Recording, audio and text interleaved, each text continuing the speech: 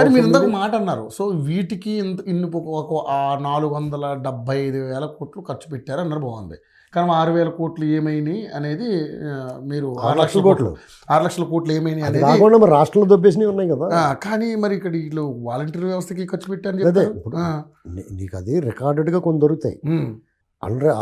ఇప్పుడు వీళ్ళు రికార్డులో లేకుండా బుడం దొబ్బేసారు వీళ్ళు.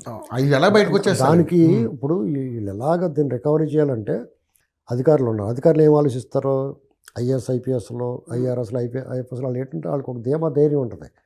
వాళ్ళు డిప్యుటేషన్ మీద వస్తారు, వేరే సంస్థ నుంచి ఇక్కడ తెచ్చుకుంటారు. వీళ్ళు తెచ్చుకున్నప్పుడు ఇక్కడ పని చేసేసి వాళ్ళు పని అయిపోయిన తర్వాత దుబ్బిన కాడ దుబ్బేసి కడుపు నిండిపోయిన తర్వాత ఆ తొక్కలో ఎముకలు బొంగులు వదిలేసి వాళ్ళు పని మళ్ళీ పోతారు అక్కడికి. అంటే పోలీసు ట్రాన్స్ఫర్ అయితే పోలీస్ స్టేషన్కి వెళ్తాడు కానీ పోస్ట్ ఆఫీస్కి వెళ్ళడానికి అదొక డైలాగ్ చెప్తారు. ఒరే పోలీసు వాడు ట్రాన్స్ఫర్ అయితే ఈసారి పోలీస్ స్టేషన్ కాదరా తొక్క తీసేసి నిన్ను బాత్రూమ్ కూడా కూర్చోబెడతామని చెప్తారనమాట. అర్థమైందా?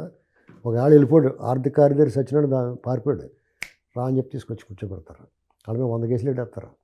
అది ఎవడైతే ఏంటి ఫస్ట్ డిస్మిస్ చేయాలి. ఒక 2-3 ఐఏఎస్లు ఐపీఎస్ని డిస్మిస్ చేసి ఏంట్రా మీ వేషాలు, మీకు అసలు డ్రెస్ వేసుకునే అర్హత ఉందా, మీ బతికే పైగా కొత్త చట్టం చేయాలి, మన రూల్ బుక్లో మార్పులు చేయాలి.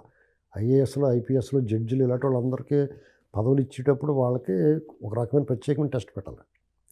వాళ్ళ మానసిక స్థితి, ఇప్పుడు నువ్వు చదువుకున్న మార్కులు చూస్తారు, శరీర దారుఢ్యం చూస్తారు, కఠినమైన శిక్షణలో పొంది వస్తారు, ఇవే చూస్తున్నారు. కాకుండా బుద్ధి కూడా చూడాలి కదా. వీడు వక్ర బుద్ధి ఉందో వీడు సైకో ఏదో తెలవాలి కదా. ఎలా తెలుస్తుంది మనకి? ఎలా తెలుస్తుంది ఏంటి? వాళ్ళ ఫ్రెండ్ని అడుగుతారు చిన్నప్పటి నుంచి తూనీగలు బాగా వాళ్ళ స్కూల్ మేట్ చిన్నప్పుడు స్కూల్ మేట్ని అడుగుతారు.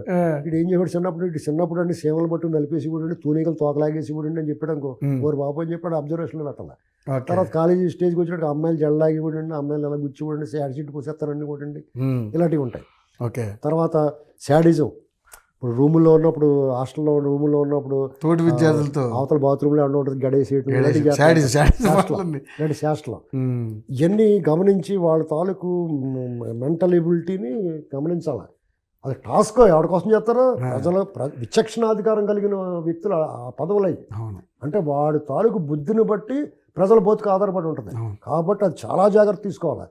ఇలాగే ఏకకాలంలో వాళ్ళు తోలు తీసి అండేసి డబ్బులన్నీ రికవరీ చేసేయటమే కాకుండా 14 నుంచి 2024 వరకు వాళ్ళ ఆస్తులు ఎంత పెరిగినాయి, ఎక్కడ దాచాడు, అది 2 నిమిషాల పని ఎవడెవడి దగ్గర ఎంత దాచాడో ప్రభుత్వం తలుచుకుంటే తోలు తీసి మొత్తం లాగేస్తారు. లాగేసి ఆడికి ఒక కట్టుకున్న బట్టలు కాకుండా 4 జతల బట్టలు ఉండొచ్చి వాళ్ళ ఇంట్లో ఆడవాళ్ళకి ఒంటి మీద మంగళసూత్రాలు 2 గొలుసులు 2 జతలు గాజులు తప్ప మెత్త లాగేసుకోవాలి. మొత్తం తీసుకొచ్చి మూట కట్టి ప్రభుత్వ ఖజానాకి జమేసేయాలి. ఎవరు ఇందులో దయాదాక్షిణ్యాలు ఉండకూడదు, ఎవరి పట్ల కనీసం ప్రేమ చూపించకూడదు. ఇక్కడ సంబంధం లేని ఉంచుకున్నదే పోయింది ఉంచుకున్నదే పోయింది పాత సంపాదన కూడా దుబ్బేయాలి. గవర్నమెంట్ హ్యాండ్ ఓవర్ చేసుకోవాలి. అప్పుడు మాత్రమే ఒక బుద్ధి వస్తుంది, ఒక భయం వస్తుంది. రేపొద్దున మళ్ళీ తప్పు చేయాలంటే ప్రభుత్వం మారిందంటే తోలు తీసేస్తారా బాబు అని చెప్పేసి ఒళ్ళు దగ్గర పెట్టి పనిచేస్తారు. ఇవన్నీ చంద్రబాబు నాయుడు గారు చేసి తీరాలి. అలా చేయకపోతే మళ్ళీ ఆయన ప్రశ్నిస్తాం మేము. ఇదిగో వీడు కొల్లి రఘురామరెడ్డి మీకు రూల్ లేకుండా వచ్చి మిమ్మల్ని అరెస్ట్ చేశాడు, ఇండి ఎందుకు వదిలేశారు. ఇదిగో రిషాంత్ రెడ్డి మీ మీద రాళ్ళు గిరాయించి మీ మీద కేసులు పెట్టాడు, ఇండెందుకు వదిలేశారు మీరు. రవిశంకర్ రెడ్డి ఒక ఎస్పీ వచ్చి లాఠీ చార్జ్ చేశాడు, తప్పు చేయొచ్చా, ఫ్రెండ్లీ పోలీస్ అంటారో, ఎస్పీ లాంటి వాడు బాధ్యతగా వ్యవహరించాలి, వాడే లాఠీ చార్జ్ చేయడం ఏంటి. పైగా మాలాటి చేత ఆడియో అనిపించుకుంటున్నాడో ఆడ అలా అర్హత ఉందా ఉద్యోగానికి, ఇలాంటివి అడుగుతాం. ఒక పచ్చి బాలింత్రాన్ని పొత్తు గడిపి మీద తన్నాడు ప్రభాకర్ రెడ్డి అని డిఎస్పీ అని ఏం చేస్తారు మీరు. అతను ఒంటి మీద డ్రెస్ ఉంటే మీకు అవమానం, మీ పాలన పట్ల మాకు అనుమానం వస్తుంది. ఇలాంటివి అడుగుతాం మేము, డెఫినెట్గా అడుగుతాం. ఎందుకు వదిలేస్తాం? ఇప్పుడు మీ ప్రజల గొంతుకండి, మేము సాధారణ సగటు పౌరుణ్ణి, ప్రజల గొంతే మాట్లాడతాను నేను. కావాలంటే నా కింద కామెంట్లు వస్తాయి చూసుకోండి, ఛాలెంజ్ చేసి చెప్తాను. వాళ్ళ మనసులో ఏముందో అదే మాట్లాడతాను నేను, ఎందుకంటే నేను నాతో బోళ్ళ మంది మాట్లాడతారు. కానీ మీరు అన్నది ఓకే, రేపొద్దున ఒకవేళ వాళ్ళ ప్రభుత్వం వస్తే వాళ్ళు మీ మీద ఇలాగే వీళ్ళ మీద ఇలాగే చేసే అవకాశం లేదంటారు. చేయొచ్చు, తప్పే ఉంది.